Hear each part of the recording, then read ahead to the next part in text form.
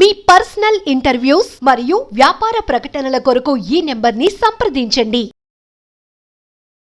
నమస్తే, నేను మీ Gopi. Breaking news చూసుకోవచ్చు. నిన్నటి నుంచి మంచు ఫ్యామిలీలో ఒక పెద్ద తీవ్ర దుమారం లేపిన సంగతి అందరికీ తెలిసిన విషయమే. తండ్రి కొడుకుల మధ్య ఒక పెద్ద వాగ్వాదం జరిగిన సంగతి అందరికీ తెలిసిన విషయమే. బట్ ఈరోజు మాత్రం మంచు లక్ష్మి అయితే మళ్ళీ ఈ కథలోకి ఎంట్రీ ఇవ్వడం జరిగింది. అదేవిధంగా అమెరికా నుంచి మంచు విష్ణు కూడా రాబోతున్నారు. సో ఇప్పుడు ప్రస్తుతం అయితే మంచు మనోజ్కి హై సెక్యూరిటీగా అయితే వాళ్ళ అక్క మంచు లక్ష్మి అయితే పెట్టడం జరిగింది. అదేవిధంగా ఒక గన్మ్యాన్ కూడా ఏర్పాటు చేయడం జరిగింది. సో ఇదే అంశాల గురించి మరిన్ని విషయాలు తెలుసుకోవడానికి మా పొలిటికల్ ఎడిటర్ కార్తీక్ ఉన్నారు. ఆయన తెలుసుకుందాం. కార్తీక్, చెప్పండి, అసలుకి మంచు మనోజ్ దగ్గర గన్మ్యాన్లు వచ్చారంట, అదేవిధంగా పర్సనల్ సెక్యూరిటీ కూడా ఉందంట. అసలు ఏం జరుగుతుంది అక్కడ? ఎస్, మంచి కుటుంబంలో మంటలు అనే ఒక నాటకీయ పరిణామాలు నిన్న నుంచి జరుగుతూ ఉన్నాయి. మీ అందరికీ తెలుసు, ఈ వివాదం ఇయాల్టి కాదు, గతంలో కూడా అనేక సార్లు మనం మాట్లాడుకున్నదే. గతంలో మీడియాలో చర్చగా మారిందే. గతంలో విష్ణు మనోజ్ని కొట్టాడని, లేదా మనోజ్ అనుచరుల మీదకి వెళ్ళాడనేటువంటిది గతంలో మనోజ్ సోషల్ మీడియా విరిగ్గా ఒక వీడియో పెట్టాడు. ఆ వీడియో అప్పుడు కూడా చర్చించుకున్నాం. తర్వాత మనోజ్ మోహన్ బాబుని కొట్టాడని చినిగిన చొక్కాతోనే బయటకు వెళ్ళి షాపులో చొక్కా కొనుక్కొని మరి వేసుకోవటం గతంలో మనం ఈ వార్తను కూడా విన్నాం, చర్చించాం. ఇప్పుడు కొత్తగా మంచు మనోజ్ మీద మంచు మోహన్ బాబుకి సంబంధించినటువంటి, అంటే తండ్రి అనుచరులు దాడి చేశారనేటువంటిది ఇప్పుడు ప్రధానంగా వినిపిస్తున్న మాట. అయితే ఇప్పటి వరకు మంచి మనోజ్ కానీ మోహన్ బాబు కానీ మీడియాకు ఓపెన్గా మాట్లాడింది లేదు. పైగా మోహన్ బాబు పలుమార్లు ప్రెస్ నోట్ రిలీజ్ చేస్తూ వస్తున్నారు. ఎలాంటి గొడవ లేదు, ఇది మీడియా ఊహాజీత కథనం అని చెప్పి చెప్పుకుంటూ వచ్చారు. కాకపోతే ఒక వాస్తవం ఏంది అంటే, దెబ్బలు తగినటువంటి మనోజ్ హాస్పిటల్కి వచ్చారు. అది వీడియో విజువల్స్ కూడా మన దగ్గర ఉన్నాయి. కాబట్టి ఇది నిజమే. ఆ కుటుంబంలో గొడవ జరిగింది మాట నిజం. 100 కాల్ చేసిన మాట వాస్తవం. పోలీసులు పోయిన మాట వాస్తవం. కాకపోతే ఇంతవరకు రిటర్న్గా కంప్లైంట్ ఇవ్వలేదన్నది మాత్రం జరగని పరిణామం. అంటే రిటర్న్గా కంప్లైంట్ ఇవ్వలేదు. మోహన్ బాబు మనోజ్ మీద ఇవ్వలేదు, మనోజ్ మోహన్ బాబు మీద ఇవ్వలేదు. ఇప్పుడు మనకు అంతున్న సమాచారం ప్రకారం రాజీ మార్గాల కోసం ప్రయత్నం జరుగుతున్నాయి. ఒకవైపు ఎవరికి వాళ్ళు సెక్యూరిటీ ఏర్పాటు చేసుకున్నారు. ఇప్పటికే దుబాయ్ నుంచి విష్ణు రావాల్సి ఉంది. పొద్దున్నే వస్తారు, మనోజ్తో భేటీ అవుతారు అనుకున్నారు. కానీ మనోజ్ విష్ణుని కలవడానికి ఇష్టపడట్లేదు. ఇప్పటికీ 40 మంది బాడీ గార్డ్స్. కార్తీక్, ఒకటి, దుబాయ్ నుంచి రాగానే మంచు విష్ణు మనోజ్ పైన దాడికి దిగుతారంటారా? అంటే వాస్తవం ఏంటంటే, రాజీ ఫార్ములా కోసం మాత్రమే విష్ణు మనోజ్ని కలవాలనుకుంటున్నాడు. కుటుంబంలో ఉన్నటువంటి వివాదం సద్దుమణించడం కోసం, దాడి కోసం ఇప్పుడు కలిసే పరిస్థితి లేదు. ఆల్రెడీ పోలీసుల దగ్గరికి విషయం పోయింది కాబట్టి దాడి చేసే పరిస్థితులు ఇప్పుడు లేవు. కాకపోతే మనోజ్ ఆల్రెడీ 40 మందిని బాడీ గార్డ్స్ని తన ఇంటి ముందు మోహరించడం ద్వారా మనోజ్కి మా ఇంట్లోకి వెల్కమ్ లేదు, మనోజ్ అంటే విష్ణుకి మా ఇంట్లోకి వెల్కమ్ లేదు, విష్ణుని కలవటానికి నాకు ఇష్టం లేదు అనేది మనోజ్ చెప్పకనే చెప్పాడు. అంటే విష్ణుతో మాట్లాడటానికి కానీ తర్వాత మోహన్ బాబుతో చర్చించడానికి కానీ మనోజ్ సిద్ధంగా లేడు. మొదటి నుంచి మనోజ్ కొంత టెంపర్ మెంటాలిటీ. మనోజ్ వివాహం విషయంలో కూడా ఉన్నటువంటి భార్యకి విడాకులు ఇచ్చి రెండో పెళ్లి భూమా మౌనికాన్ని చేసుకున్నారు. ఆ భూమా మౌనికాన్ని చేసుకునే క్రమంలో కూడా కుటుంబ సభ్యులు దానికి అభ్యంతరం చెప్పారు. అది ఇప్పుడు కాదు, భూమా మౌనికతోటి తను ఫ్రెండ్షిప్లో ఎప్పటి నుంచో ఉన్నాడు. లాంగ్ రన్ ఫస్ట్ ఫ్రెండ్ అతనే. పెళ్లి చేసుకుందామని కూడా కుటుంబ సభ్యుల ముందు ప్రతిపాదించారు. అప్పుడు ఒప్పుకోకుండా వేరే సంబంధాన్ని చూస్ చేశారు. అప్పటి నుంచి కూడా మంచి మనోజ్ రకరకాలుగా ఆ కుటుంబంలో యాక్టివ్ చేస్తూ ఉన్నాడు అని చెప్పేసి కూడా చర్చనీయాంశమైంది. ఇప్పుడు అసలు గొడవ మనకు అంతున్న సమాచారం ప్రకారం ఏంటి అంటే, మోహన్ బాబు మొదటి భార్య కూడా కొంత ఆస్తి పోతుంది కదా, ఆ అమ్మాయిని చూడాల్సిన బాధ్యత కూడా మన మీద ఉంటుంది కదా అనేది మాట్లాడినప్పుడు, ఆ అమ్మాయికి రూపాయి ఇవ్వడానికి వీలేదు, మొత్తం నేను భూమా మౌనిక మా వాటా లేదు మాకే ఇవ్వండి అని చెప్పేసి ఏదో గట్టిగా డిమాండ్ చేస్తున్నారన్నది నడుస్తున్న ప్రచారం. గతంలో కూడా ఇదే డిమాండ్లు మంచి మనోజ్ చేసినప్పుడు పరచూరు గోపాలకృష్ణ ఇన్వాల్వ్ అయ్యి మంచి మనోజ్తో మాట్లాడి, ఇది కరెక్ట్ కాదు, మీ కుటుంబానికి ఒక పేరుంది, దీన్ని మనం పాడు చేసుకోవద్దు అని చెప్పి కూర్చోబెట్టి మాట్లాడిన తర్వాత విషయం కొంచెం సర్దుమణిగింది.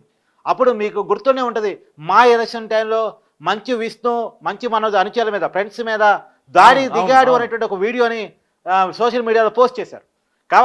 అప్పుడు పరచూరు గోపాలకృష్ణ మంచు మనోజ్ని పిలిపించి మాట్లాడి విషయం సర్దుమణించారు. కానీ మళ్ళా అదే రిపీటెడ్గా మంచి మనోజ్ చేస్తూ ఉన్నారు.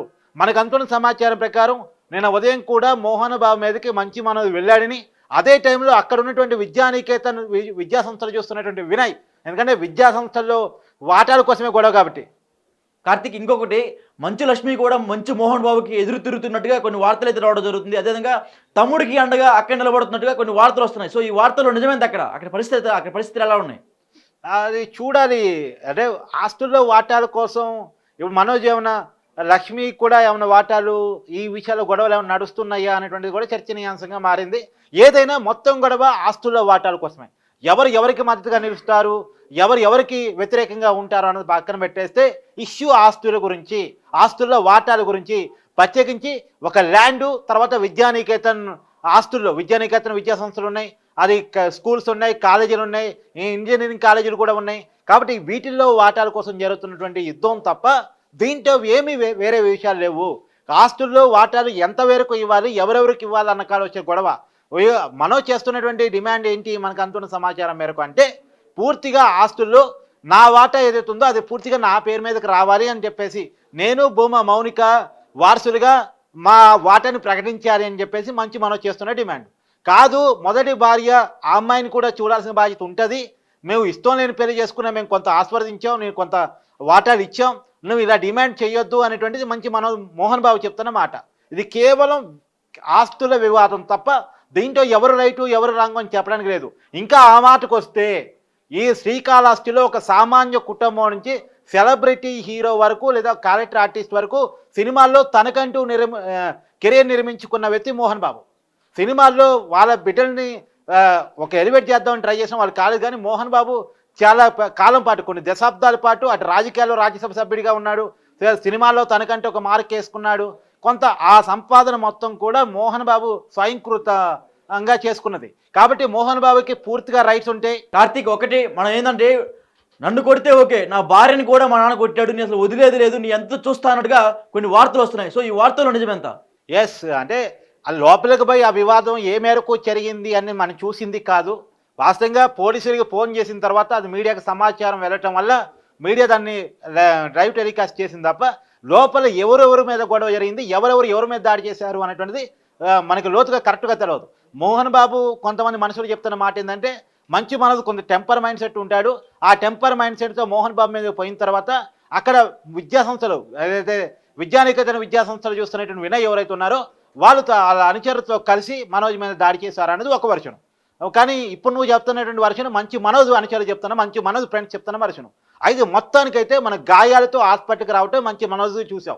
అతను మెడ మీద గాయాలయ్యాయి అని, కాళ్ళకి చేతులకి కొన్ని గాయాలైనవి అని తెలుస్తూ ఉంది.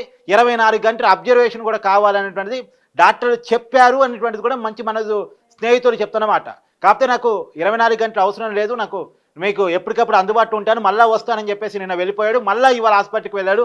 ఇవాళ మళ్ళీ నిన్న చేసిన స్కానింగ్కి సంబంధించిన రిపోర్ట్లు వచ్చాయి. ఆ రిపోర్ట్ ఆధారంగా ట్రీట్మెంట్ జరుగుతూ ఉంది. ఇది మంచి మనోజ్కి సంబంధించినటువంటి వర్షం. మరి నిజానికి ఎవరి మీద దాడి చేసినా, ఎవరి మీద గొడవకు పోయినా ఈ వివాదం ఇయాల్టి కాదు, గత కొన్నాళ్ళుగా నడుస్తున్నటువంటి సీరియల్ ఎపిసోడ్. ఇది కేవలం ఆస్తుల కోసం జరుగుతున్నటువంటి విషయం. దీంట్లో క్లియర్గా మనం చెప్పుకోవాలంటే విద్యానికేతన్లో ఉన్నటువంటి ఆస్తులు, నా వాటాకు వచ్చే ఆస్తులు కూడా నా పేరు మీద, భూమా మౌనిక పేరు మీద రాయాలి అనేటువంటిది మంచి మనం చేస్తున్నటువంటి డిమాండ్. అలా రాయబోను అని చెప్పేసి మోహన్ బాబు చెప్తున్నటువంటి మాట. దీంట్లో ఒక్కసారి వాస్తవాలు పరిశీలిస్తే ఆ విద్యానికేతన ఆస్తులు మొత్తం కూడా మోహన్ బాబు స్వయంకృతంగా అంటే తప్పా ఉప్పా ఎలా సంపాదించాడు ఈ చర్చ అంతా అది పక్కన పెట్టేస్తే. ఎందుకంటే ఎవరి మీదైనా కొన్ని విమర్శలు ఉంటాయి, సెలబ్రిటీ స్థాయికి పోయిన వాళ్ళ మీద విమర్శలు ఉంటాయి. కానీ ఎలా అనేది పక్కన పెట్టేస్తే ఆ విద్యా సంస్థల మీద పెట్టిన డబ్బులంటే కూడా మోహన్ బాబు తన జీవిత కాలంలో సంపాదించిన సంపాదన కాబట్టి పూర్తిగా మోహన్ బాబుకి ఆస్తుల్లో వాటాలు ఎవరికి ఇవ్వాలి, ఎలా ఇవ్వాలనేటువంటి హక్కు ఉంటుంది. ఎందుకంటే వారసత్వంగా వచ్చినటువంటి ఆస్తులు కావు, వాళ్ళ తండ్రి నుంచి వచ్చే, అంటే తండ్రి ఆస్తి తప్ప తాత నుంచి వచ్చినటువంటి ఆస్తి కాదు మోహన్ బాబుకి. మోహన్ బాబు తన శ్రీకాళహస్తిలో ఒక సామాన్య కుటుంబం నుంచి హైదరాబాదు, అంతకుముందు చెన్నై, అంటే తెలుగు సినిమా పరిశ్రమలోకి అతను వచ్చేసి అంచెలంచెలుగా ఎదిగి తను డబ్బులు సంపాదించుకున్న దాంతో వచ్చినటువంటి డబ్బు తప్ప అది కేవలం వారసత్వం నుంచి వచ్చే ఆస్తుల్లో మనవలకు వాటాలు ఉంటాయి. కానీ ఇక్కడ వారసత్వంగా వచ్చినటువంటి ఆస్తులు కాదు, మోహన్ బాబు సంపాదించుకున్న ఆస్తులు. మోహన్ బాబు సంపాదించుకున్న ఆస్తుల్లో ఎవరికి ఎంత ఇవ్వాలి, ఎలా ఇవ్వాలి అనేటువంటి పూర్తి రైట్స్ కూడా మోహన్ బాబుకు ఉంటాయి సివిల్ కేసుగా చూసినప్పుడు. సరే, సాంప్రదాయబద్ధంగా చూసినప్పుడు కొడుకులకేగా వాటాలు ఇస్తారు, విష్ణువుకి ఎక్కువ ఇస్తారా, మనోజ్కి తక్కువ ఇస్తారా, మనోజ్కి ఇచ్చే వాటాలు మొదటి భార్యకి ఇవ్వటం ఏంటి, మనోజ్ కోరినట్టు ఇవ్వాలి కదా, ఈ చర్చ ఒకవైపు. కానీ ఏది ఏమని ఆస్తుల మీద పూర్తి హక్కులు మోహన్ బాబుకే ఉంటాయి అనేటువంటిది మనం ఇక్కడ కరెక్ట్గా చెప్పుకోవాల్సినటువంటి మాట. Okay, thank you Karthik. So ఇదే విషయం గురించి మరిన్ని అప్డేట్ తెలుసుకోవడానికి చూస్తూనే ఉండండి మనం టీవీ.